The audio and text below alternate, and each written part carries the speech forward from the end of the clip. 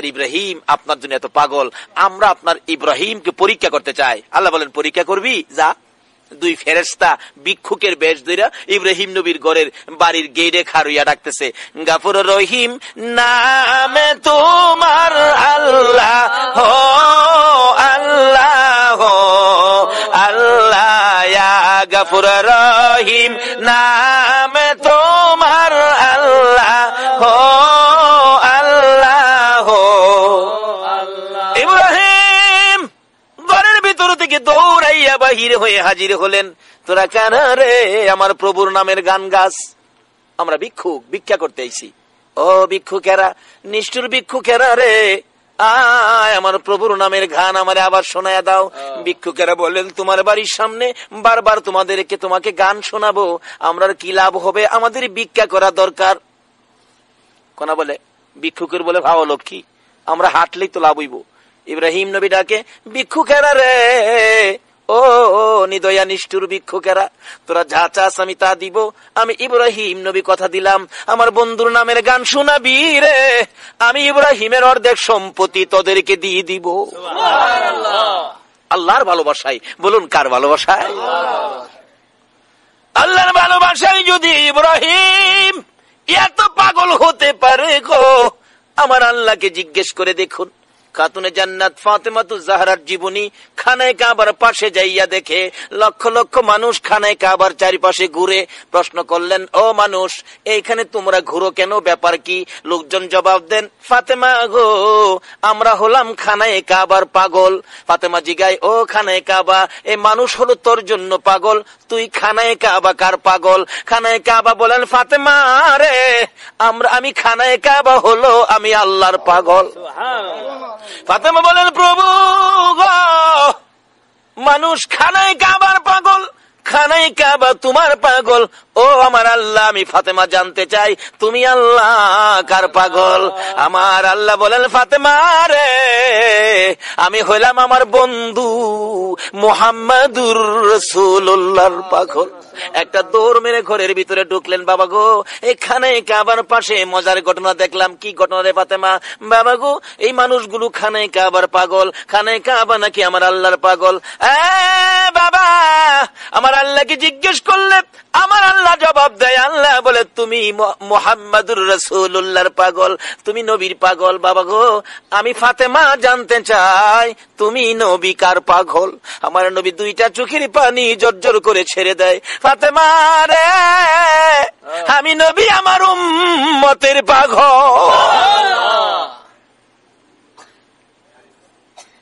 আল্লাহু আকবার, আল্লাহু আকবার। ইব্রাহিম আল্লাহর পাগল হইয়া কি করে? আরে আল্লাহ যার ভালোবাসায় কুল কায়নাত সাজাইছে, আজকে সে নবীর উম্মত আমরা।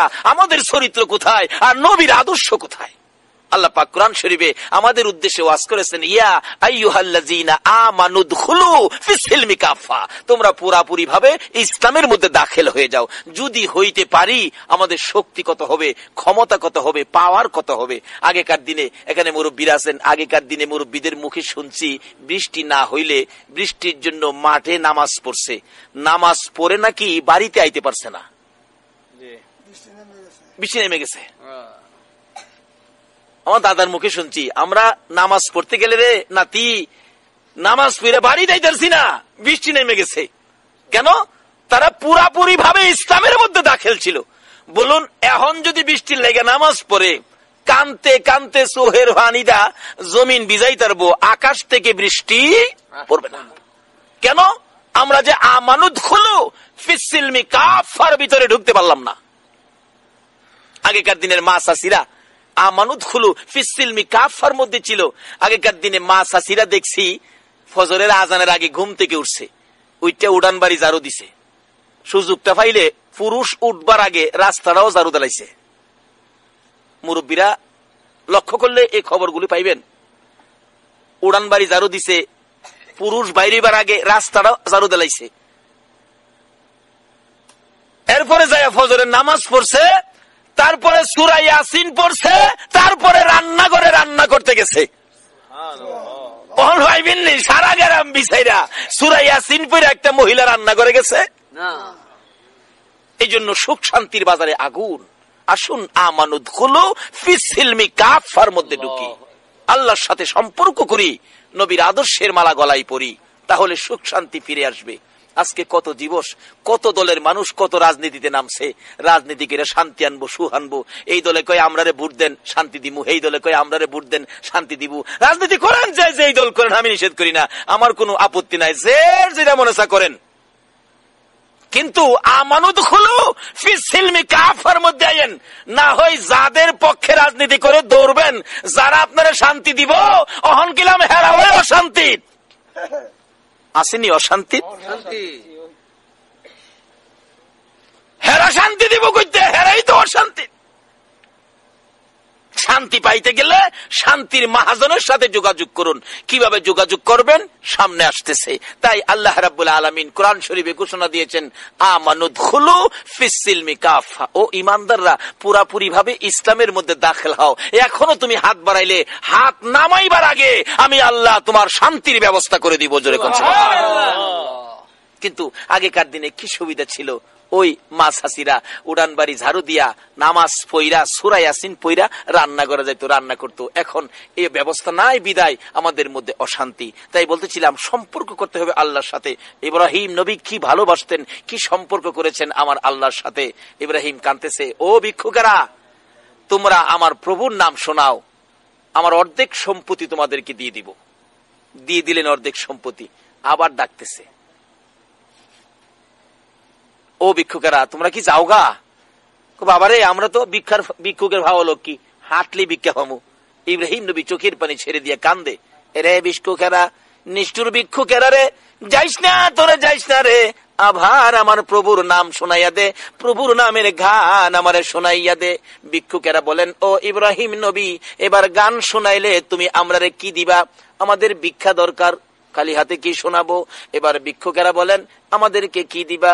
ইব্রাহিম নবী বলেন, ভিক্ষুকেরা রে, আরো যে বাকি অর্ধেক সম্পত্তি আছে রে ভিক্ষুকেরা, আমি ইব্রাহিম কথা দিলাম আমার বন্ধুর নামের গান শোনাইলে, আমার বন্ধুর ভালোবাসায় আমি ইব্রাহিম, আমি আর বাকি সম্পত্তি গুলো আমি তোদেরকে দিয়ে দিব। সারা সম্পত্তি দেলাই মালিহের সাথে সম্পর্কের জন্য পরীক্ষা করে ইব্রাহিম দিয়ে দিলেন সারা সম্পত্তি। এবার ভিক্ষুকেরা সম্পত্তি লিয়া জায়গা।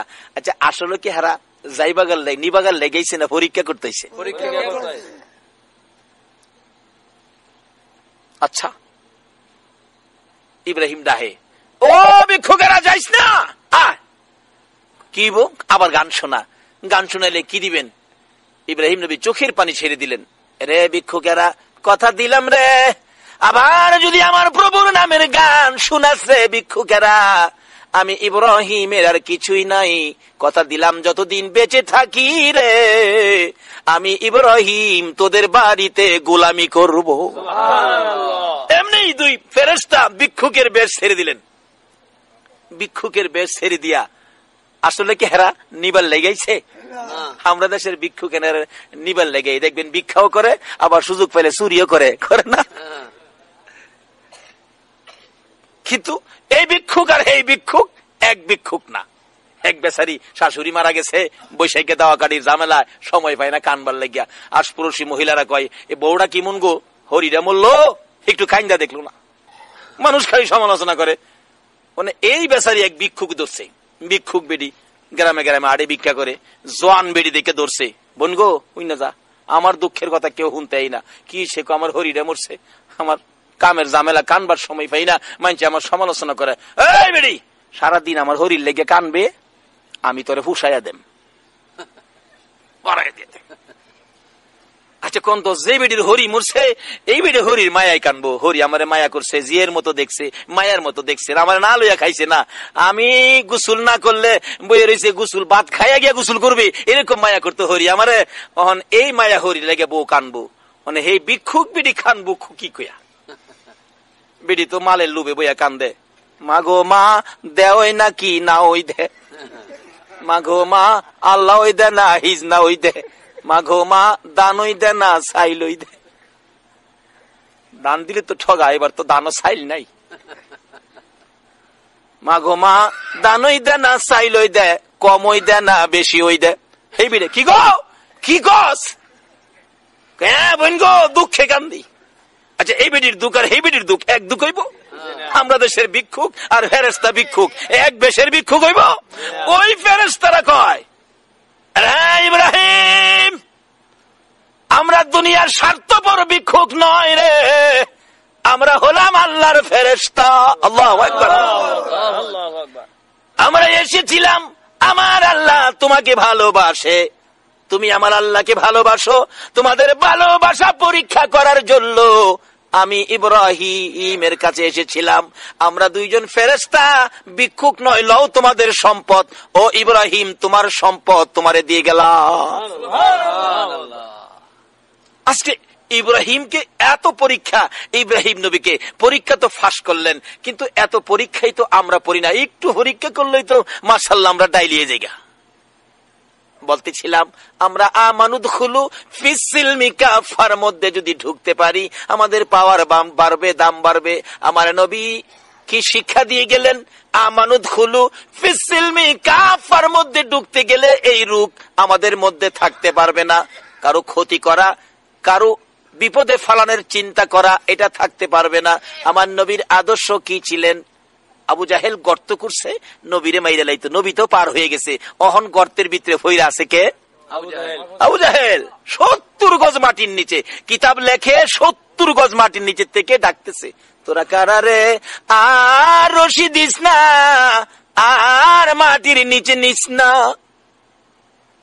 আমার বাতিজা কই, বাতিজা সারা উঠাইতে পারবি না। একজন দৌড়াই গিয়া খবর দিছে, নবী গো, ও নবী, আপনার চাচা 70 গজ মাটির নিচে, বলুন আমরার লগে যদি এমন দুশ্মনী কেউ থাহে আর 70 গজ মাটির নিচে খবরটা পায়, হ্যাঁ খালি ইঙ্গিতে কই দিত না, আরে দুইটা চা খালি না শেষ হয়ে যাক। আরে দয়ালো নবী প্রেমের ছবি আর আসবে না জগতে, আমার দয়ালো নবী প্রেমের ছবি আর আসবে না হাসর দিনে উম্মত বিনে, হাসর দিনে উম্মত বিনে যাবে না নবীজি বেহেশতে, দয়ালো নবী প্রেমের ছবি আর আসবে না জগতে, আমার দয়ালো নবী প্রেমের ছবি আর আসবে না। 63 সাল জিন্দিগি কাছে বলে উম্মতি, 63 সাল জিন্দিগি কাছে বলে উম্মতি, এখনো কান্দে শুয়ে মদিনাতে নবী, এখনো কান্দে শুয়ে মদিনাতে, দয়ালো নবী প্রেমের ছবি আর আসবে না জগতে, আমার দয়ালো নবী প্রেমের ছবি আর আসবে না। আমার নবী কত দয়ার নবী, মায়ার নবী, এত দুশ্মনী করার পরেও নবী তার দুশ্মনী করতে আসে না। একজনে দুশ্মনী করছে, নবীর আদর্শ হলো আমি তার ক্ষতি করব না, একজনে ক্ষতি করুক আমি ক্ষতি করব না। এই আদর্শটা যদি আমাদের মধ্যে রাখি, বলুন ভালো হবে না খারাপ হবে? আমানুদখুলু ফিসসিলমি কাফা, ঢুকতে গেলে এই আদর্শ থাকতে হবে। তো এই আদর্শ যদি সমাজে থাকে, বলুন এই মারামারি কাটাকাটি জীবন হইব? আমার নবী কি আদর্শ! ছোটকালে আমরা বইয়ের মধ্যে পড়ছি এক দুষ্ট বুড়ির কাহিনী। এই দুষ্ট বুড়ির কাহিনী পড়ছেন এমন মানুষ আছেন না? এই দুষ্ট বুড়ি কি করত?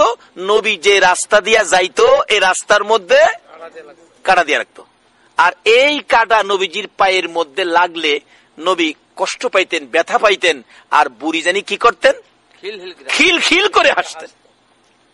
হায় রে নিষ্ঠুর বুড়ি, যে নবীর উসিলাই কুল কায়নাত, এই নবীর কষ্ট দিয়া তুই হাসস, আমরা ভাইলে কি কন এই বুড়ি রে কে ছেলে বাচ্চা গেলে খালি। কিন্তু নবী কি শিখাইলেন? একদিন দেহে রাস্তাত কাটা নাই, আমরা তো খুশি হইলাম, হইলে নবীজি আফসোস করতেছে, নাই রে বুড়ি না আমার কষ্ট দিত, আজগাদি বুড়ি নাই, নিশ্চয়ই বুড়ির মনে কোনো অসুখ হয়েছে।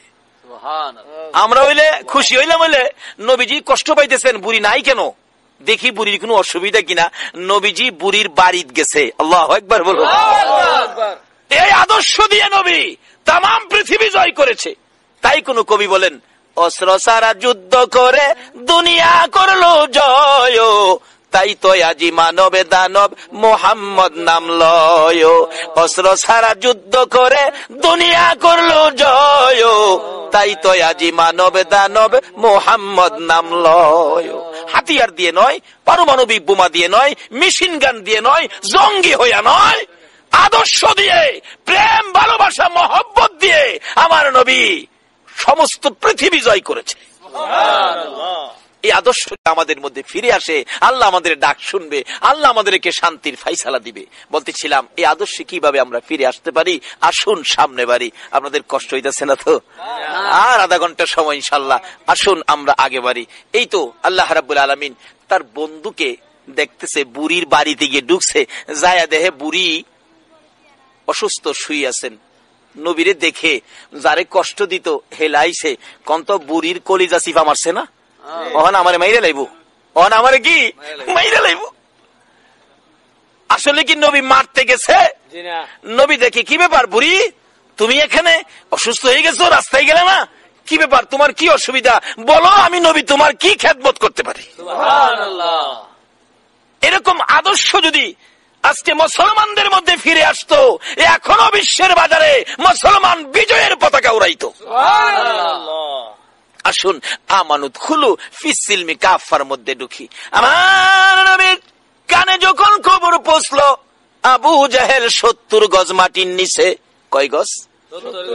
140 হাত, 70 গজ মাটির নিচে গিয়া দেখছেন না তো, মাঝে মাঝে কয় কেসো ফালাই তাহলে তোমার 70 গজ মাটির নিচে নিমু, কয় না কথাটা? এই কথাটা আইসে করতে আবু জাহেল লই দিয়া গেছে, হেরে ভাইলে জুতাটা বাইরান ধরার, এই কামটা করে গেছে। কখনো দেখেন কমাইছে একজন একজন, তোমারে ঠিক মতো ফেসো ফালাই তাহলে 70 গজ মাটির নিচে নিমু। আচ্ছা কন্ত 70 গজ মাটির নিচে তুমি যে হেরে নিবা, তোমারও তো লগে 69 গজ যাওন লাগবো, 69 গজ না গিয়া হেরে 70 গজ নিবো কেমনে, এই চিন্তাটা আর করে না।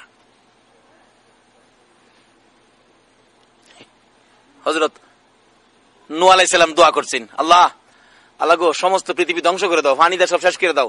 আল্লাহ গো পানিদার শেষ করলে তুই থাকবি কই?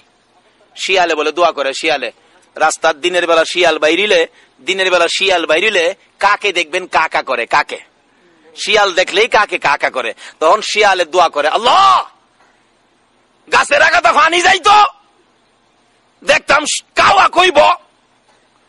আচ্ছা কোন তো গাছের আগাতা পানি যাইতো কাওয়া কইব, হ্যাঁ যে দোয়াটা করলো, গাছের আগাতা পানি গেলে হ্যাঁ কই থাকবো। আমরা কিন্তু হেই যাইতে হই, একজনকে বিপদে ফালাইতাম যাই, বিপদে ফালাইতে গেলে যে আমিও বিপদে পড়বো এই চিন্তাটা করি না। বলতেছিলাম আমার নবী এই খবর পাইয়া এত কষ্ট আমার নবীকে দিয়েছে আবু জাহেল, আমার নবী একটু দেরি করে নাই, সঙ্গে সঙ্গে ঘর থেকে বেরিয়ে গেলেন চাচাকে উদ্ধার করার জন্য। অথচ আমার নবীকে আবু জাহেল কত কষ্ট দিয়েছে। মা খাদিজা বলেন, আমার নবী একদিন রাত্র 12:30টার দিকে আমার নবী হুজরাত থেকে বেরিয়ে যায়, খাদিজা রে মক্কার যুবকেরা আমারে কষ্ট দেয়, আজকে কোন যুবকেরা রে নবীর মায়ায় বসে আছো?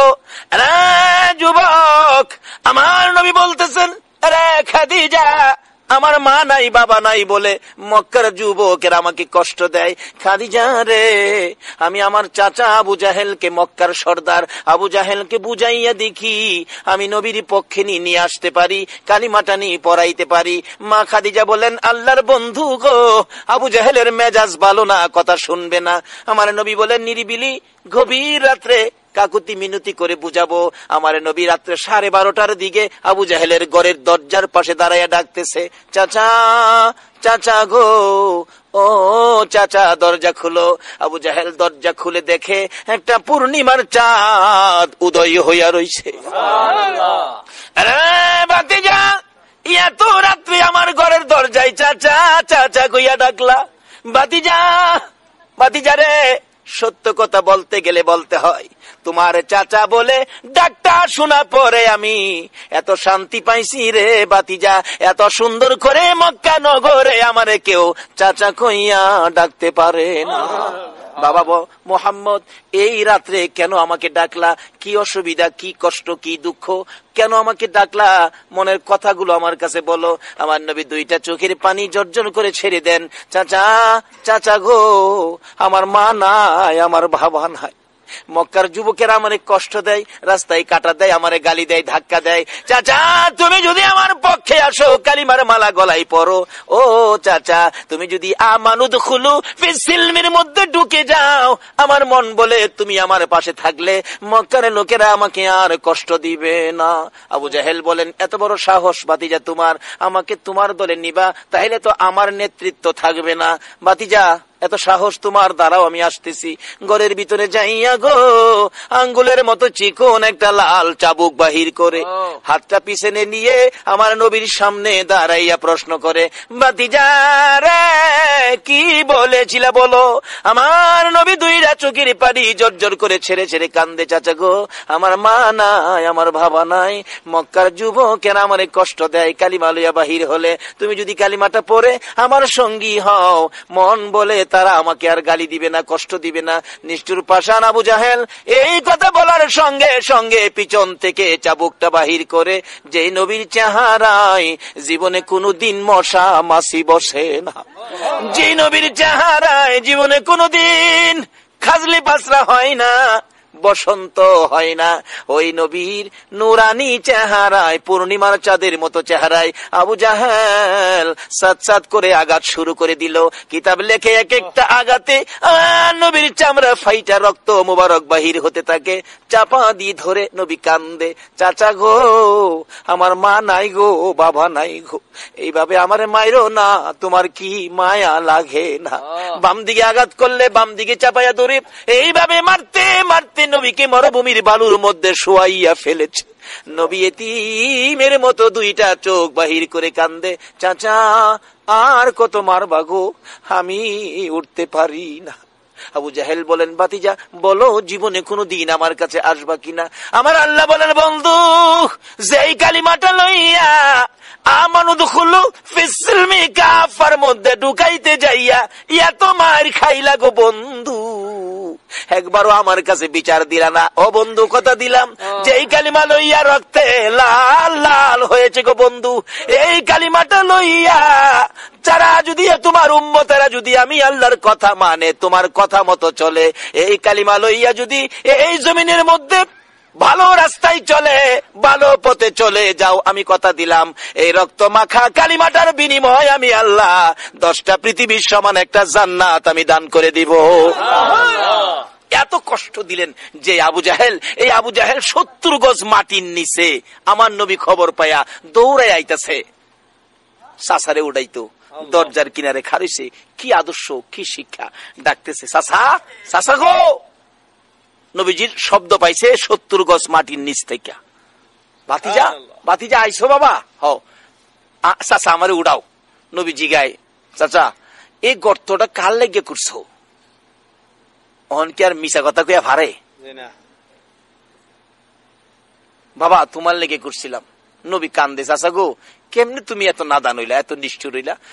আমার লেগে যখন করছো, ওখান আমি তোমারে উড়াইতাম না, উড়ামু কালিমাটা ফললে। আবু জাহেল কে, বাজান আগে উড়াও, মাটির অবস্থা ভালো না, 70 গজ নিচে তো সুবিধা না, বিপদ দেখা যায়, আগে আমারে উড়াও, তারপরে কালিমাটা ফরমু। আচ্ছা আপনাদের ধারণা কি আসলে কি হ্যাঁ ফরবো? এর তো কপাল পুরা, ভাগ্য তো ভালো না। হাফসি বেলাল এই কালিমা পরে আমানুদ খুলু ফিসিলমি কাফার মধ্যে ঢুকে গেল, কিন্তু আবু জাহেল এত বড় জ্ঞানী হইয়া পারল না, মূর্খের বাপ লকব পেয়ে গেল। আবু জাহেল কয়, বাবা আমার আগে উঠাও। নবীজি নিচের দিকে হাত বাড়াইলেন, আবু জাহেল উপরের দিকে হাত বাড়াইলেন। আমার আল্লাহ কয়, রে জিবরাইল, আমার বন্ধু এসে গেছে, আর বাকি থাকতে পারে না। হাতের সাথে হাত মিলে গেছে। আল্লাহু আকবার বলুন। আমার নবী একটা টান দিয়ে উপরে উঠাইয়া জিজ্ঞেস করেন, চাচা গো, ও চাচা কালিমাটা পড়ো। আবু জাহেল বলেন, বাতিজা রে, এত বড় জাদুগির তুমি আগে জানি না। নাউজুবিল্লাহ বলুন। আমার নবী কি জাদুগির? এমন এক রাস্তা দিয়ে গেলেন যে রাস্তায় আমার আল্লাহ ওয়াজ করেছেন, ইয়া আইয়ুহাল্লাযীনা আমানু দুখুলু ফিস-সিলমি কাফা, তোমরা পুরাপুরি ভাবে ইসলামে দাখিল হও, তাইলে কি হবে? আমাদের শান্তি আসবে।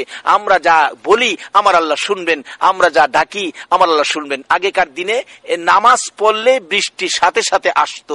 বলুন, এখন নামাজ পড়া বৃষ্টি আনার ক্ষমতা কারো আছে?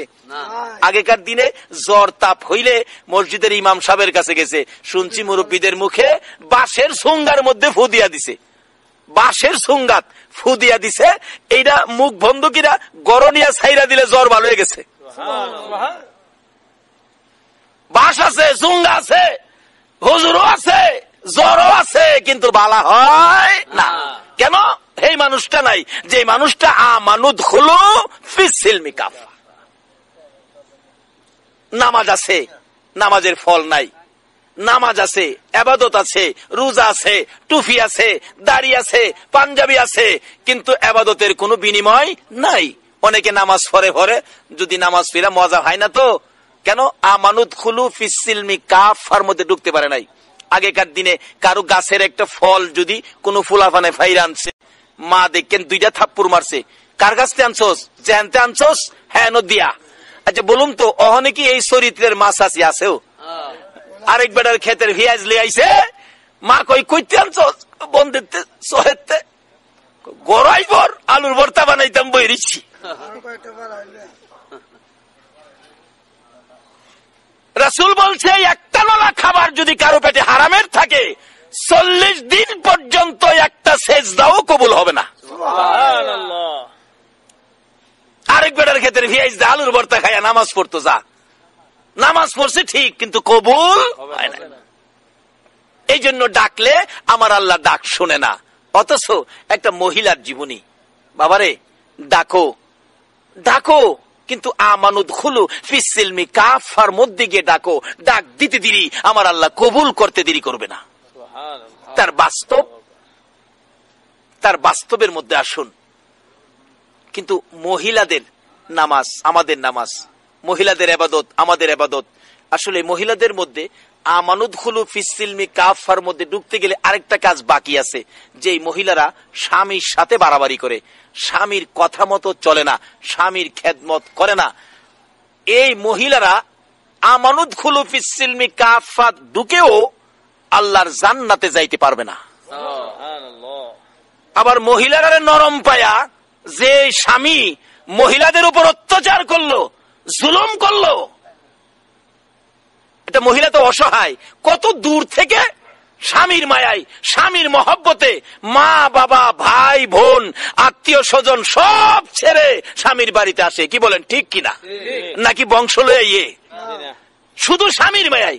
রাসূল বলছেন, এই মহিলাটা অসহায়, তুমি যদি তার খুঁটিনাটি অপরাধ মাফ করে দিতে পারো, এটা কবুল হজের সওয়াব তোমার আমল নামায় দেওয়া হবে।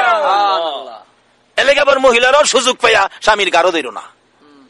তোমাকেও স্বামীকে শ্রদ্ধা করতে হবে, স্বামীর খেদমতের চিন্তা করতে হবে, স্বামী কিভাবে খুশি হবে এই তালে থাকতে হবে। কারণ হাসরের দিন আল্লাহ পাক বিচার করবেন, স্বামীর সাক্ষী দিবেন স্ত্রী, স্ত্রীর সাক্ষী দিবেন স্বামী। কোন স্ত্রী যদি বলে আমার স্বামী খুব ভালো ছিল, আল্লাহর কারো কাছে কিছু জিগাবে না, ফেরেশতাদের কাছেও জিগাবে না, আমার আল্লাহ স্বামীকে মাফ করে দিবে। কোন স্বামী যদি বলে আমার স্ত্রী ভালো ছিল, আল্লাহ ফেরেশতাদের রিপোর্ট নিবে না, স্বামী বলেছে স্ত্রী ভালো ছিল, আমার আল্লাহ মাফ করে দিবে।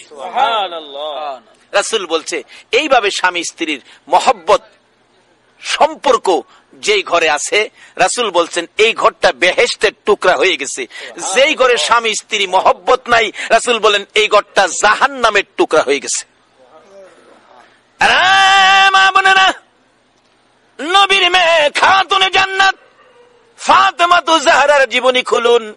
ফাতেমার ঘরে আগুন জ্বলে না, চুলায় আগুন জ্বলে না।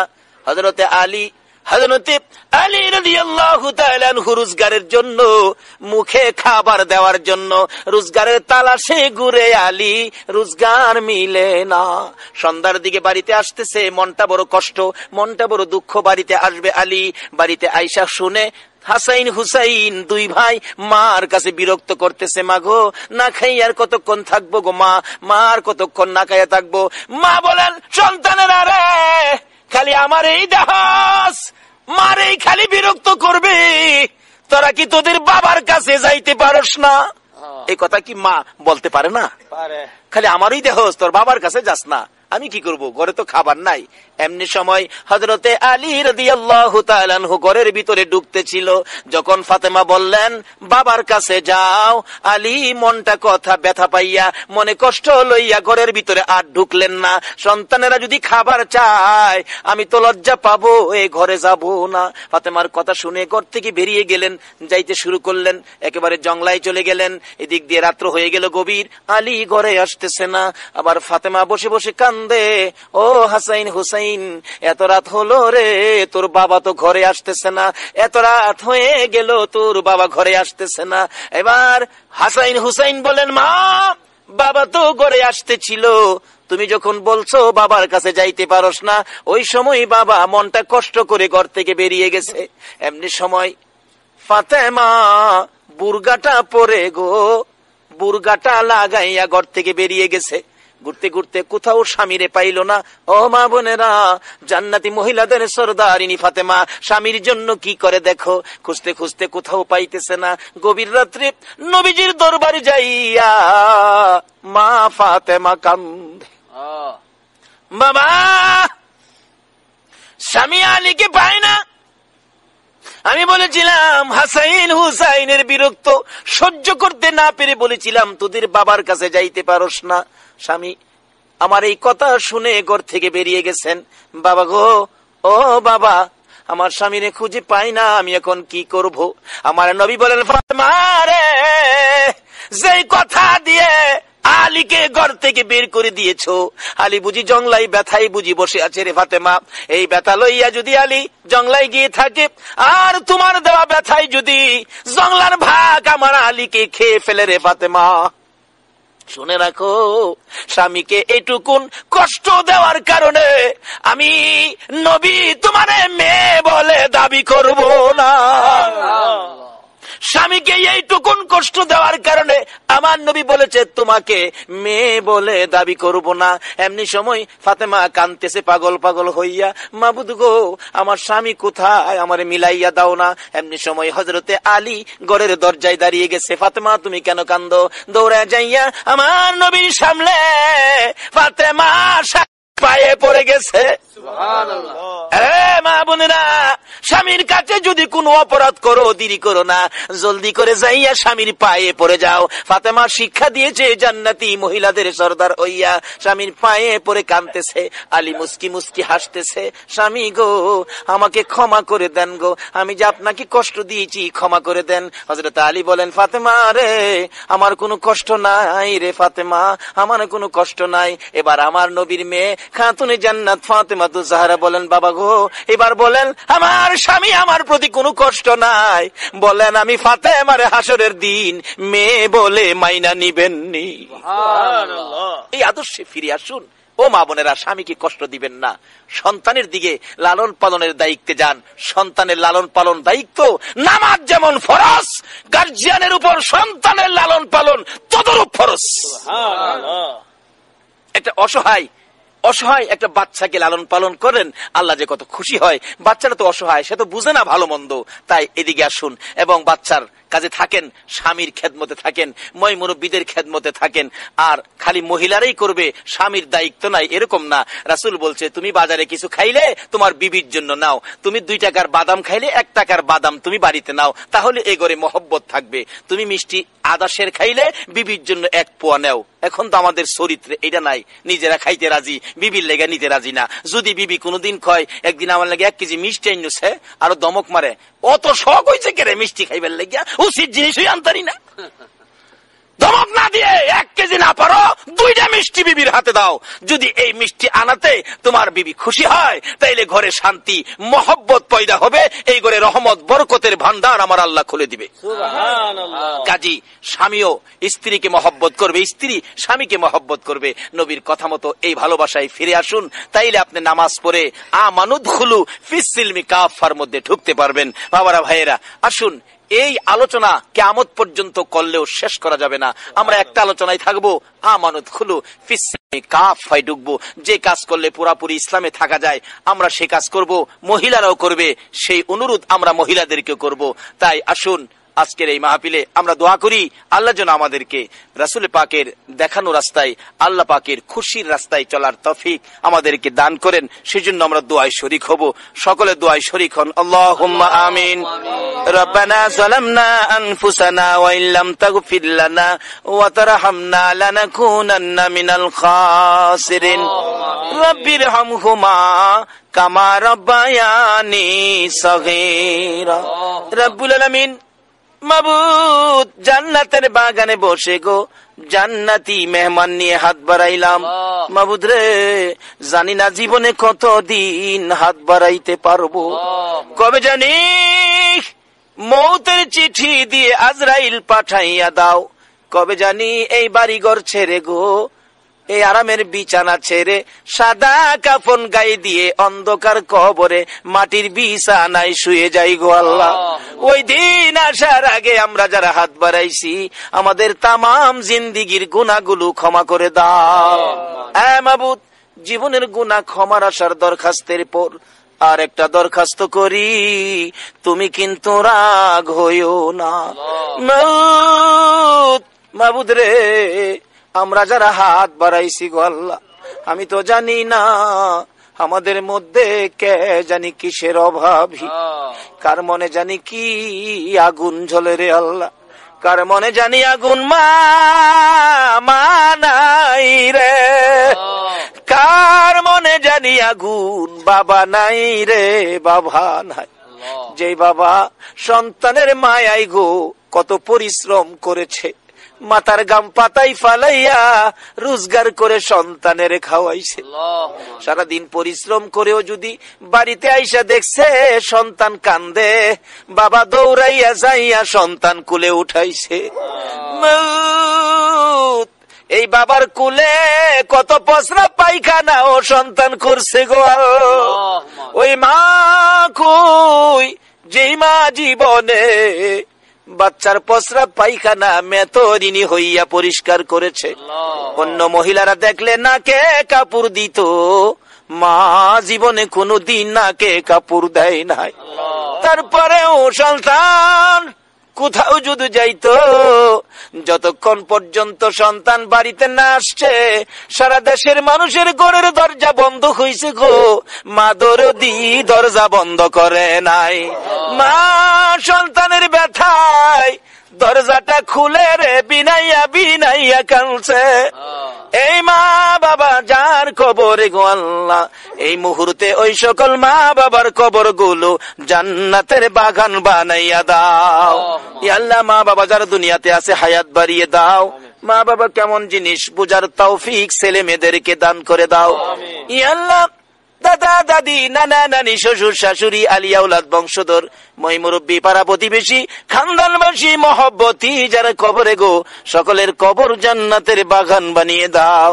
মাবুদ রে, শেষ মুহূর্তে তোমার কাছে দরখাস্ত করি, মাবুদ কতজনে মা মা ডাকে রে আল্লাহ, আমি তো আজকে 5-6 বছর পার হয়ে গেল গো, মা কইয়া ডাকতে পারি না।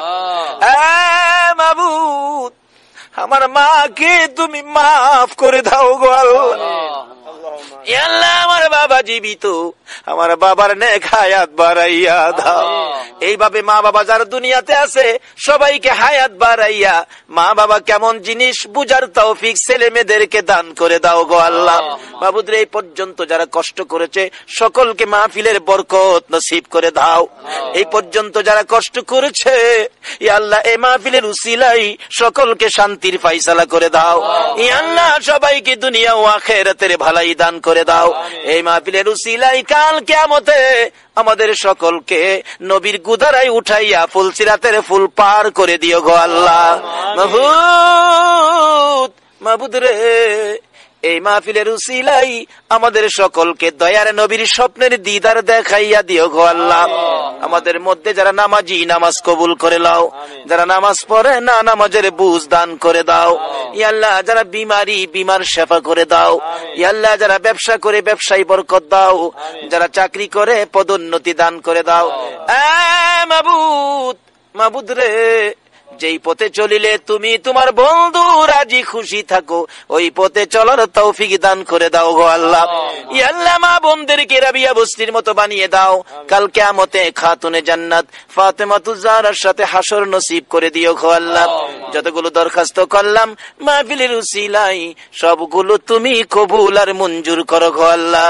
ওয়া সাল্লাল্লাহু তাআলা আলা খায়রি খালকিহি মুহাম্মাদি ওয়া আলা আলিহি ওয়া আসহাবিহি আজমাইন بحق لا إله إلا الله محمد رسول صلى الله عليه وسلم.